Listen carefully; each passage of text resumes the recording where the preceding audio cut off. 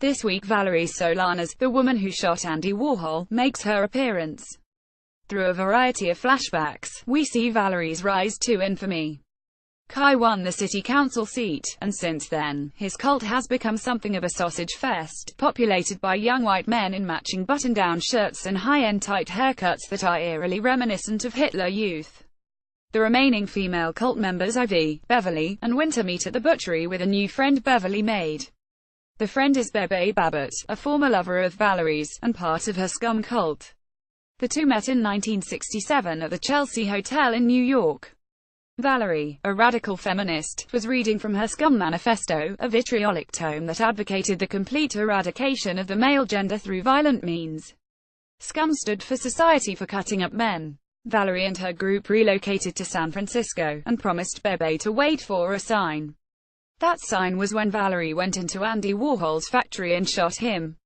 Bebe and the other scum started murdering couples on isolated makeout roads, in what Valerie termed couple busting, accusing women who spread their legs for men to be complicit. The murders Bebe describes are the murders of the Zodiac Killer. The Zodiac murders were, in actuality, scum murders. By this time, Valerie was incarcerated in a prison for the criminally insane, running her scum operation from the inside. Someone started sending the Zodiac ciphers to the San Francisco newspapers, which enraged Valerie, who blamed a man for taking the credit. Valerie doesn't want to come forward yet, she wants them to have 1,000 scum killings under their belts before they reveal themselves. By 1973, Valerie is out of prison and back with her small, devout band of followers. Previously, she had allowed effeminate gay men into scum, but she decides that one of the two in the group was responsible for taking credit for the murders. Bruce finally admits it, and the women slaughter him. Bruce is later found in pieces laid out to look like the Zodiac's call sign. His dick and balls have been cut off and jammed in his mouth. Bebe continues her story with Valerie confessing to being the Zodiac Killer.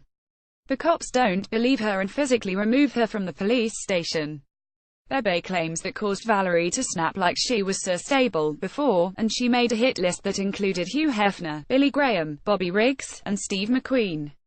This was too much for even the most loyal followers, and they all eventually left Valerie, even Bebe.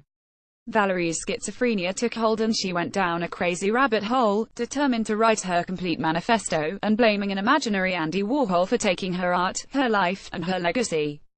Bebe shares a copy of the Scum Manifesto with the ladies, and tells them they must reclaim their power.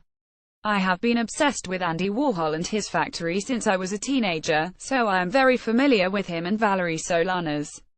Valerie's story is fairly accurate as a story mostly told by a mentally ill woman can be.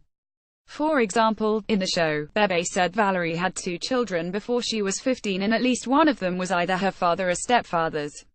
In reality, there are disputes as to whether or not Valerie had a second child, and her cousin claims the child was the product of an adulterous affair with a sailor. I took issue with Warhol's misogyny. He is dismissive of Valerie at the top of the episode, telling her that women can't be serious artists. It is true that Andy lost or threw away the play that Valerie showed him that was the catalyst for her attempted murder of Warhol. But by most accounts, Warhol held women in high regard. He was no more dismissive of women than he was of men. That was just Andy's way. I also took issue with the couch in the factory. It was silver green in the show, but in real life, it was a red velvet couch, one that was infamous for collecting bodily fluids of everyone in the New York art scene. Back to the show. Winter checks on Kai, who is visiting with her parents. Kai begs for Winter's help in changing the world, and Winter agrees she loves her brother, even though she doesn't love his politics. Then he reveals the Scum Manifesto he found in her room. She plays it off as an old college book, but Kai doesn't believe it. In fact, he found it inspiring and decides he needs a philosophy, a mission statement. He suggests a couple titles for his group, one being Fit Fear is Truth. Then he suggests MLWB, Men Lead, Women Bleed. Winter doesn't like that one, and Kai says that one was Harrison's idea. Ivy lures Harrison the butchery, where the other women, new scum, are waiting for him. Bebe is reading from the manifesto, and the women tie him up, demanding answers. Harrison swears Meadow wasn't supposed to die, but her death has more meaning. He also denies coming up with the acronym MLWB, but the women don't buy it. We are scum, screams Ivy as she brings a buzzsaw down on him. Chaos the News That Night, in which Beverly reports on the gruesome discovery of Harrison's dismembered corpse, covered in pond scum. It is an obvious taunt to Kai, with Beverly suggesting this is retribution for the murders his wife committed, and points out that the law order Kai promised is not coming to fruition. This is a declaration of war from the women, one that Kai was expecting. They're at their best when they are angry, he comments. The camera pulls away to reveal his ING with Bebe, who responds with, "Aren't we all? Tonight's episode was a standout for me, and finally helped me love this season. First, the titular cult is finally being delivered. Second, nothing was too political, so I didn't feel like I was going to vomit for half the episode.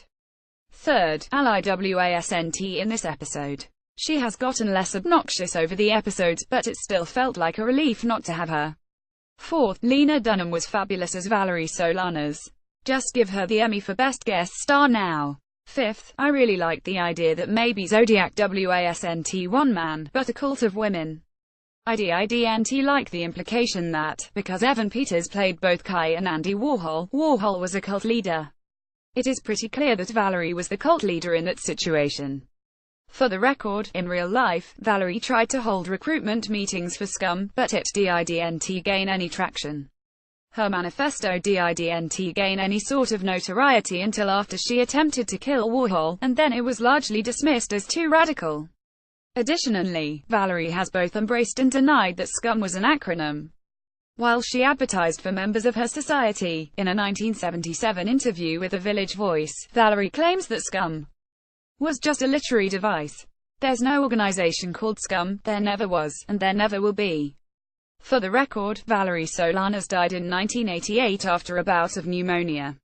Andy Warhol died in 1987 from complications after gallbladder surgery. Let's hear your thoughts on tonight's episode. Did you think it was better or worse for stepping away from the politics?